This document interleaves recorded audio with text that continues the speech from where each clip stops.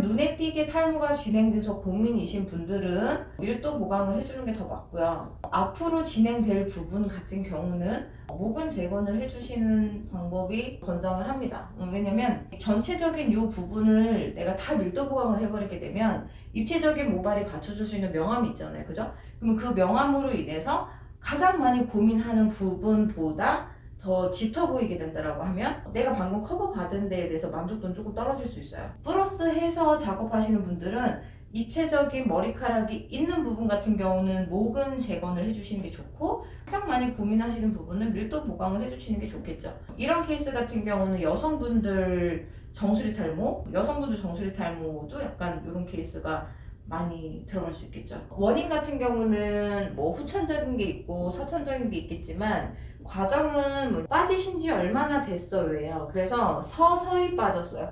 서서히 빠졌다라고 하시는 분들은 대부분은 선천적인 거거든요.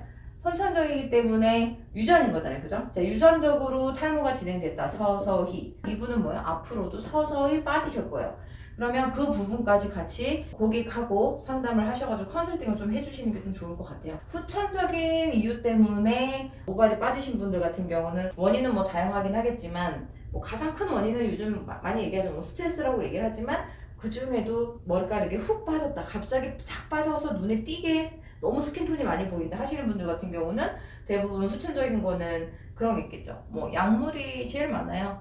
근데 약물이라 함은 뭐 몸에 안 좋은 약이 아니고요. 갑상선 약을 드신다든지 아니면 당뇨약을 드신다든지 약에 대한 먹어보고 지나가 봐야 이 약에 내가 어느 정도 거부 반응이 있는지 없는지를 볼 수 있는 그런 약물을 드신 케이스, 피임약이라든지 아니면 다이어트 약이라든지 탈모약을 먹어서 뭔가 몸에 이상이 생겨서 탈모약을 끊으신 분들이 있어요. 자, 이분들 같은 경우는 순식간에 쉐딩이 확 일어나 버리거든요. 서서히 빠지는 것보다는 이건 후천적으로 거의 많이 보거든요. 이런 분들 같은 경우는 진행이 앞으로 더 되는 게 선천적이신 분들보다 늦어요. 그래서 그런 분들 같은 경우는 그냥 딱 고민하는 부위만 하셔도 돼요. 그 고민하는 부분을 하시고 난 다음에 이제 원장님들이 말씀해 주셔야 되겠죠.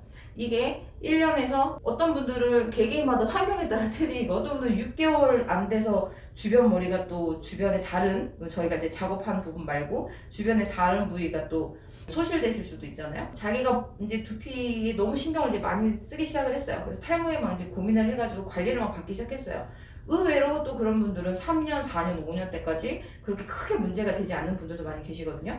자, 그런 분들 같은 경우는 우리가 굳이 주변까지 해가지고 견적을 내서 여기는 모근재건 해줘야 되겠다 이렇게 얘기를 하게 되면 고객 입장에서는 어떻게 오해를 하시겠어요? 아, 얘가 나한테 돈을 받으려고 하는구나 이렇게 생각하실 거 아니에요. 그죠? 후천적이냐 선천적인 거냐를 먼저 구분을 하시고, 그리고 난 다음에 선천적인 경우에 서서히 빠졌다라고 하시는 분들은 지금 고민하는 부위와 주변을 한번 봐보세요. 이게 O자 탈모로 시작해서 O자로 끝나시는 분들도 있고요. M자로 시작을 해서 그냥 M자로 끝나시는 분들도 있어요. 허나 내가 O자로 시작해서 M자가 같이 진행되시는 분이 있어요. 그래서 U자 탈모로 결론이 나시는 분들도 있고, 그리고 M자로 시작을 했는데 U자가 결합을 해가지고 우리가 반전두가 될 수도 있죠. 반전두라고 하는 거는 뭐냐면 이 축두와 후두근을 제외한 전체적인 머리가 조금 많이 빠지는 거예요. 아까 이 U자하고는 좀 면적이 좀 커요. 이 U자 탈모 같은 경우는 이 축두로 떨어지는 이 각도에서는 머리가 소실되진 않는데, 이 반전두 같은 경우는 뭐냐면 이 축두까지 다 같이 머리가 약간 좀 소실이 되시는 분들이거든요. 그래서 이런 분들에 따라서 내가 어떤 식으로 가정을 할 건지, 어떤 부위까지 내가 시술을 할 건지 이렇게 해서 관리를 해주신다라고 하면 1년 안에 오셔가지고 나 여기가 왜 더 흐려 보인다 뭐 이런 말씀 없으실 거고, 앞으로 진행되는 거에 대해서 원장님들이 같이 얘기를 해주시게 되면 오히려 또 신뢰도도 높아질 수 있기 때문에 그런 식으로 조금 보시는 게 좋을 것 같다고 생각을 합니다. 시술 방법은 색소나 니드를 활용하는 방법에서 제가 조금 더 디테일하게 설명을 해드릴 테니까